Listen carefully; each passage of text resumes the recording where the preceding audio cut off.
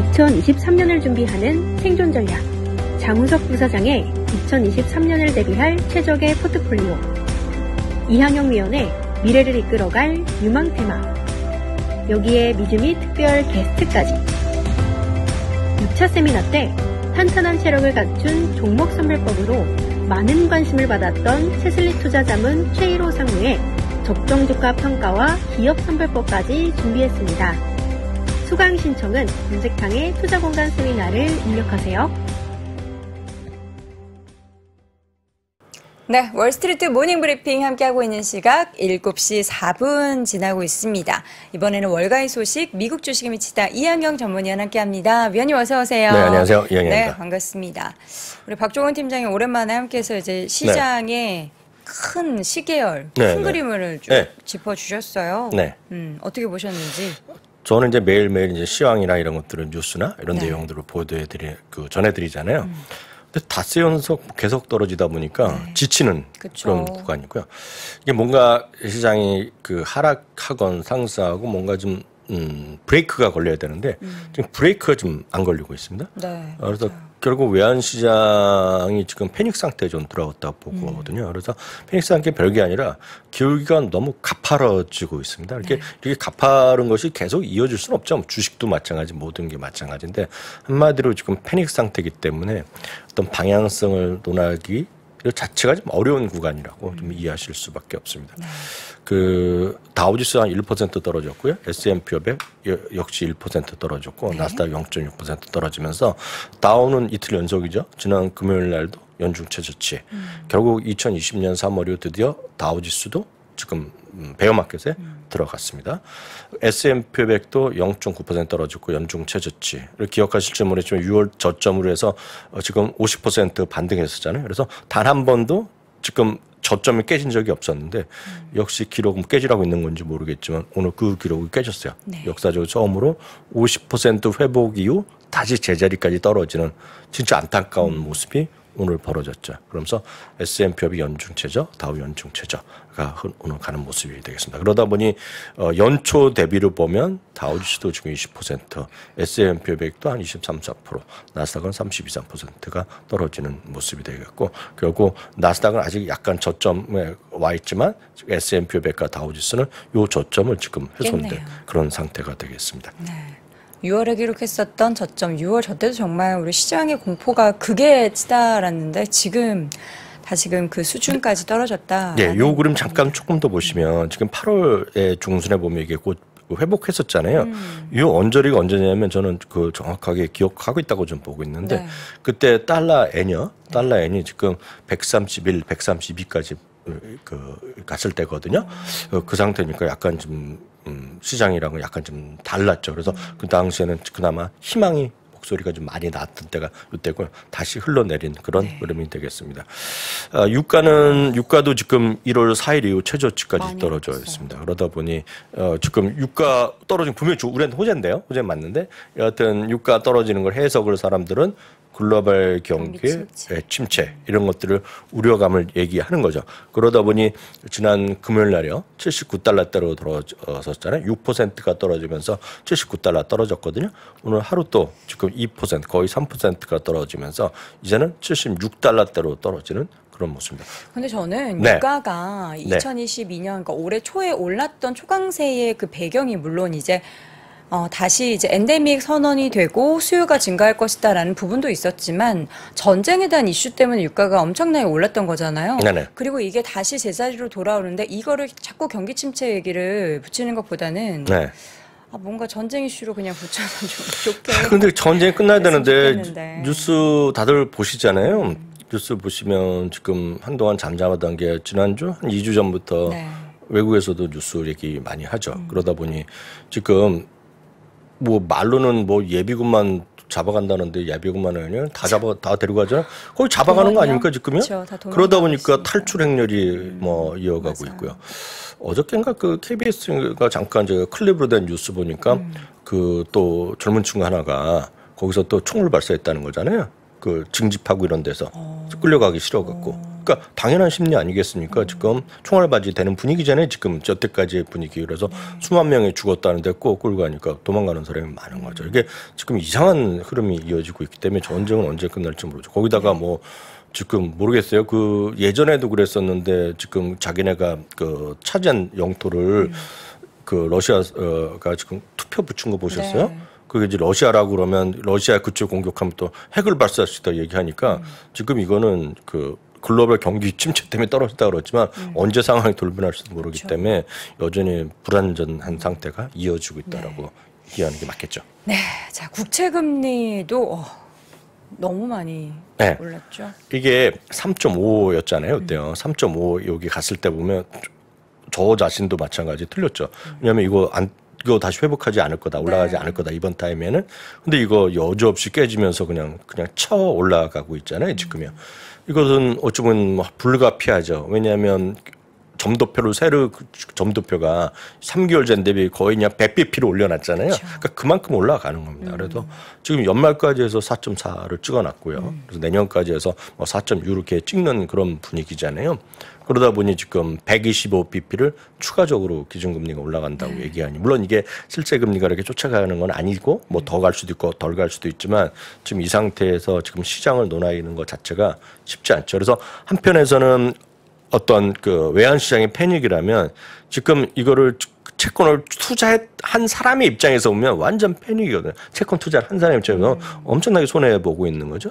그러니까 지금 건드라가 지금 그런 형님조차 지금 연준이 너무 공격적으로 금리 인상하면 안 된다고 얘기할 정도로 지금 채권 왕이라는 그 사람조차도 지금 상당히 당혹스러운 거죠.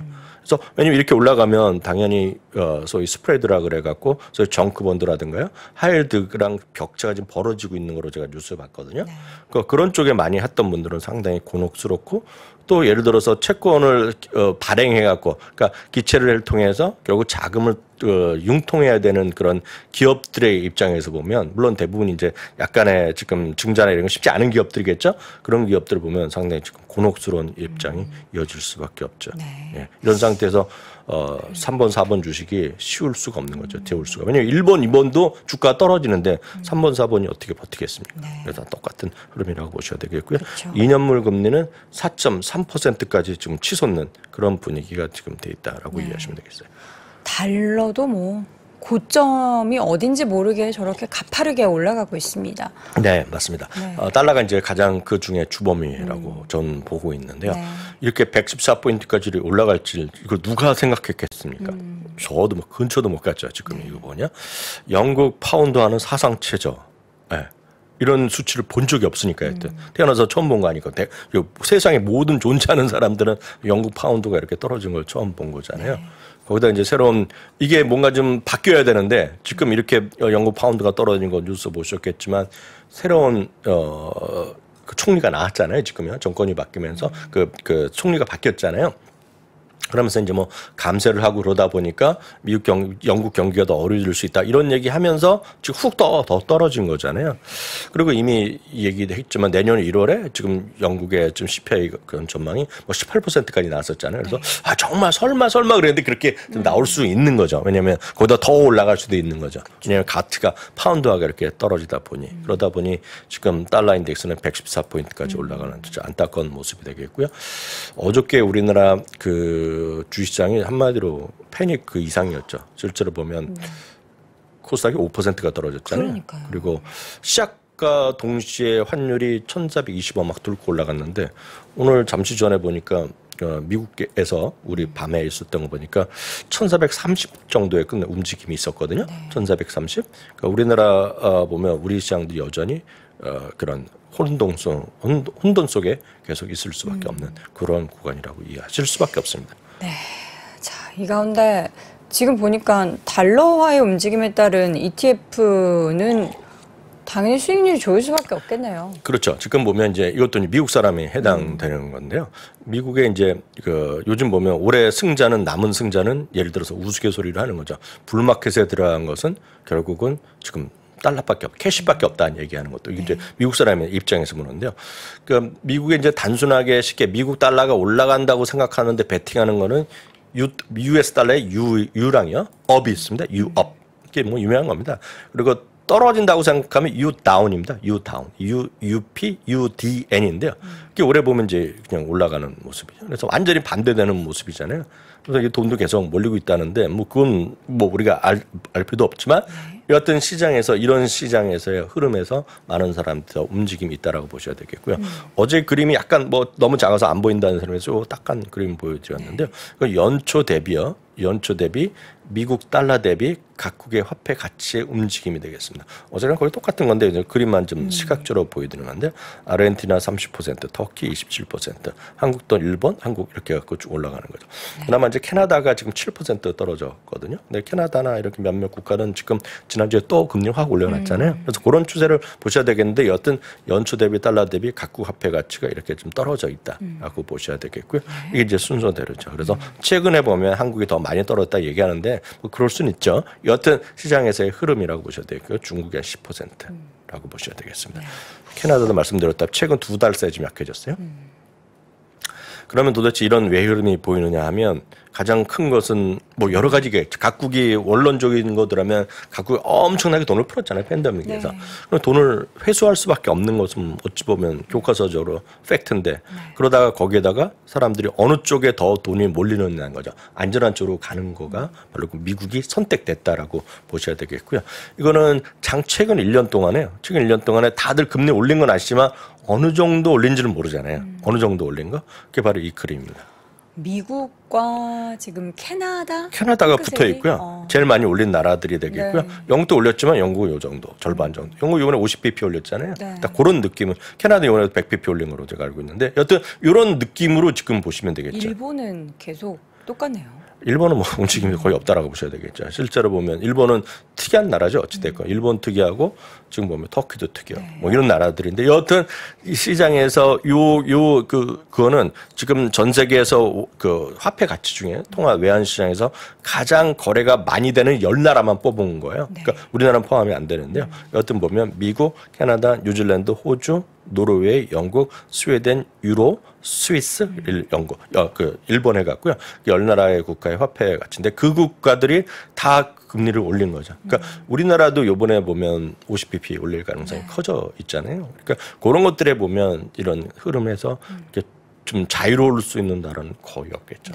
실제로 보면 우리나라 뭐 정책 당국이 상당히 곤혹스럽지 않겠습니까? 한국은행이나 재정경제부나 이름도 하도 바뀌어갖고 하여튼 그분들은 상당히 지금 머리가 아프겠죠. 금리를 올려야 되는데 올리면 또 올려서 그 우리나라 화폐 가치를 방어해야 되는데 그럼 또 다른 어떤 빚을 갚는 데 대한 비용이 워낙 커지고 어려움이 호소하니까 상당히 어려운 구간이 왜 있다라고 이해하시면 되겠습니다. 네, 지금 보면은 이제 저희가 어제 말씀드렸죠. 연준 위원들의 발언이 엄청 쏟아질 것이다 이런 얘기를 드렸는데 어제 뭐 보도된 내용들 인터뷰 내용들만 봐도 그냥 뭐 매가 날아다닙니다. 매가 맞아요. 날아다니고 제레미 시걸 교수는 파월에게 사과해라 뭐 이런 발언도 사과를 잘 안 하잖아요. 요즘 세상은. 예. 미국 원래 사람들 사과 잘하잖아요. 의미 없는 사과. 모르죠. 뭘 할지 안 할지 모르겠어요. 소리 잘하는데. Excuse me는 그냥 앞을 지나갈 때 하는 거죠. 이런 건 심각하게 apology를 하라 그랬잖아요. 오늘 보면요. 그러면 또 연준의 신뢰도에 문제가 생기니까 또 안 할. 모르죠. 하여튼 뭐 그 제레미 세겔 교수가 한 얘기는 지금 연준의 쉽게 해서 제롬 파월에 대해서 극혐하는 사람이거든요. 극히 이제 비판하는데 오늘 얘기한 거, 그러니까 매일 인터뷰를 합니다. 오늘도 인터뷰한 거 보면 결국 핵심은 두 가지거든요. 지금 연준은 결국 제롬 파월이 미국 국민들한테 큰 죄를 졌다고 했습니다.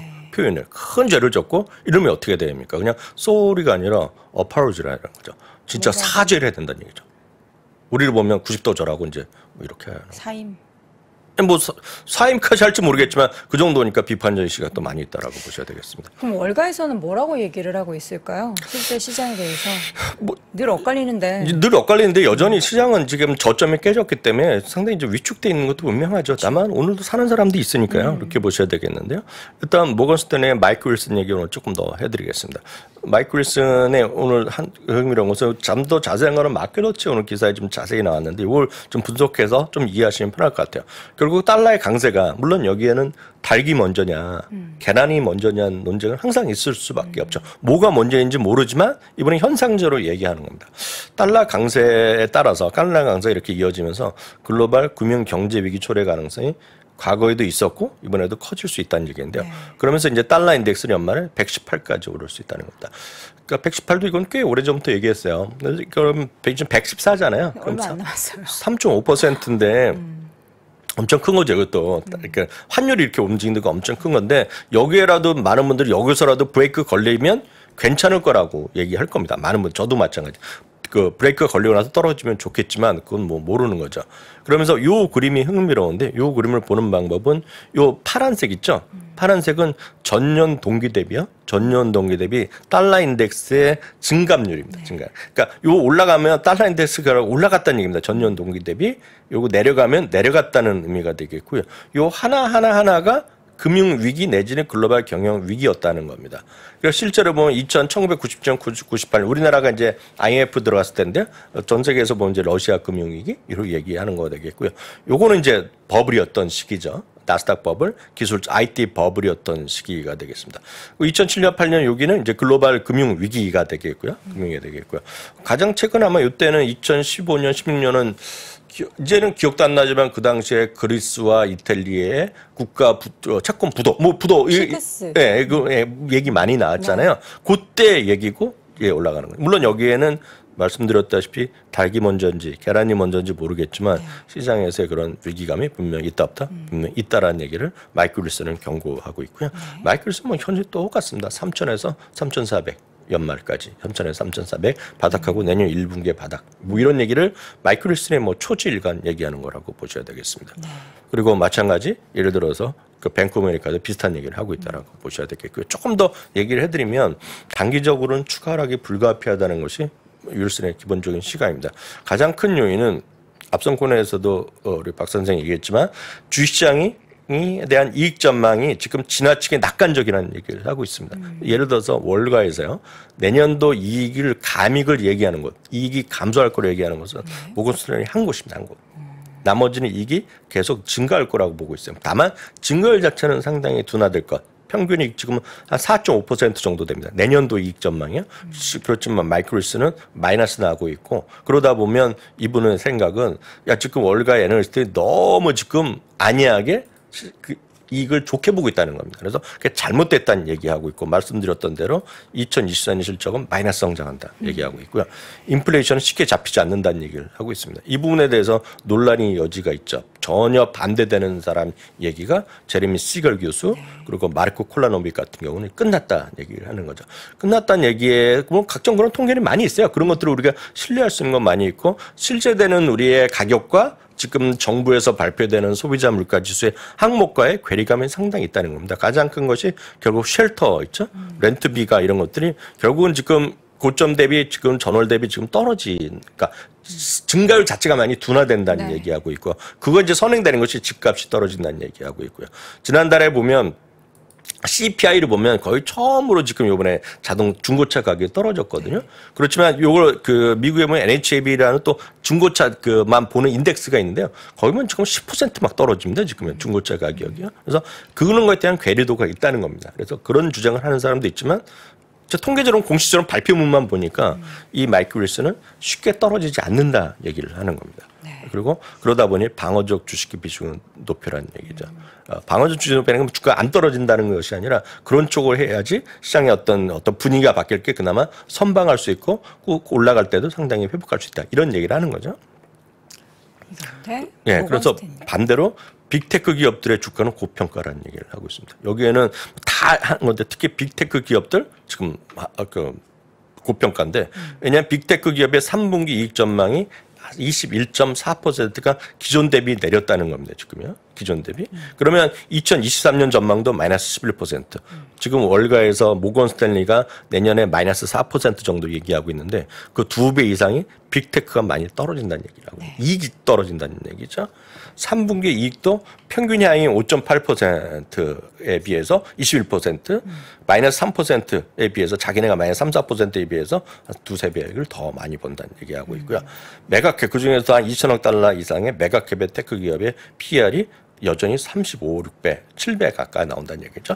S&P 500이 16,700. 지난주 기준을 보면 15.6배까지 떨어졌거든요. 그러니까 거의 2배, 3배 가까이 되는 거죠. 2.5배. 그러니까 고평가가 되어 있다는 것이 모건 스탠리 시각입니다. 그거를 기준을 보면 예를 들어서 에비타 기준으로 볼 수도 있고요. 매출 대비로 보더라도 전체적으로 장기적으로 봤을 때 비싸다는 얘기가 모건 스탠리 기본적인 시각입니다. 그래서 모건 스탠리 얘기 들어가면 상당히 우울할 수밖에 없죠. 근데 뭐 팩트 자기네들이 얘기하는 거니까 그 정도 있다라고 참고하시면 되겠고요. 네. 또 하나 이제 뱅크 오브 아메리카는 이제 지난 금요일 날 토요일 날 저희 주말 라이브에서 잠깐 말씀드리 하나만 더 말씀드리면 기본적으로 딱 이것만 이해하시면 되겠습니다. 방어적 스탠스를 유지하라는 기본적인 시각을 유지하고 있는데 그럼 도대체 이제 언제까지 유지하냐는 얘기를 얘기했기 때문에 이걸 한번 기억해둘만 해서 여러분 말씀드리겠는데요. 신규 실업 정책, 역설적으로 보면 언제가 바닥이냐 얘기하는 겁니다. 이분의 시각은. 그래서 몇 가지 조건을 하는 거죠. 이게 뭐 또는 조건이라 할 수도 있고 같이 여러 가지 항목을 본다는 겁니다. 자기네들요. 중요한 거가 이제 실업률을 이제 이번에 내년에 4.4까지 올라간다는 얘기하고 있는데 신규 실업 창구가 좀 늘어나야 된다는 얘기합니다. 역설적이죠. 지금 보면 신규 실업 창구 기억하시는 분 계시겠지만 지난주에 21만 건 정도 됐습니다. 그래서 많이 신규가 실업이 늘어나야 된다는 얘기하죠. 그만큼 고용 시장이 좀 안 좋아질 거란 얘기를 하는 겁니다. 10년물 금리는 3.7을 가고 있는데요. 4%까지 넘어야 된다는 얘기하는 거죠. 이건 멀어 보이지 않습니다. 지금요. 그렇죠. 느낌으로 보면. 미국 달러는 하락세에 진입해야 된다. 이거 쉽지 않죠, 지금은. 지금 많은 분들이 이게 아마 뜨아할 겁니다. 이게 당장 쉽지 않을 거라고 생각하실 것 같습니다. 그래서 이런 등등 플러스 한 두세 가지 더 있는데 아주 셈이랑 좀 세세한 거 있겠고요. 가장 중요한 걸 세 가지를 얘기했습니다. 뱅크에서 이런 것들을 좀 확인하고 나서야 공격적으로 스탠스를 전환해도 늦지 않다 보고 있고요. 이분들의 시각은 아시지만 이분들의 시각은 내년도 1분기 말 정도 아니겠네요. 대표적으로는 두 군데 시장을 하여튼 계속해서 줄곧 그리고 작년 4분기부터 줄곧 안 좋게 보던 두 군데 얘기만 오늘 소개해드렸습니다. 네. 시장에 대해서 뭐 일단 안 좋은 시각도 말씀드렸지만 반대로 긍정적인 시각도 있다는 거. 내일 말씀드릴게요. 여러분 잊지 마시고요. 그 부분은 내일 이 시간에 함께 전해드리도록 하겠습니다. 지금까지 미국 주식에 미치다 이항영 전문위원 함께했습니다. 위원님 고맙습니다. 네, 감사합니다. 자, 월스트리트 모닝 브리핑 함께 하셨습니다. 제가 이제 오늘 출근을 하면서 과연 이제 오프닝도 중요하지만 클로징을 할 때 여러분께 무슨 말씀을 드리는 게 좋을까 하고 굉장히 고민을 하고 이것저것 생각을 했는데 뭐 투자의 귀재, 구루들의 그런 명언 다 필요 없는 것 같습니다. 일단 여러분들의 건강이 가장 중요한데요. 시장 하락한다고 스트레스 받으시면 스트레스는 만병의 근원입니다. 최대한 마음을 편하게 좀 어려우시겠지만 편하게 먹으셨으면 좋겠고요. 건강관리에 늘 유의하시기 바라겠습니다. 저는 내일은 좀 더 건강한 모습으로 새벽 6시 30분 열러 다시 돌아오겠습니다. 여러분 고맙습니다.